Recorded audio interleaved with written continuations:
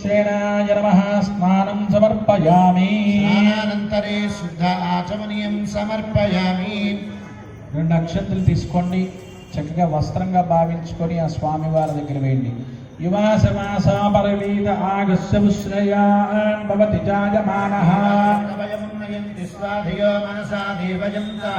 భగవానాయ శ్రీమతే విశ్వక్షేణాయ నమః వస్త్రయుగ్మం సమర్పయామి. అక్కడ గంధం ఉంటే గంధం వేయండి.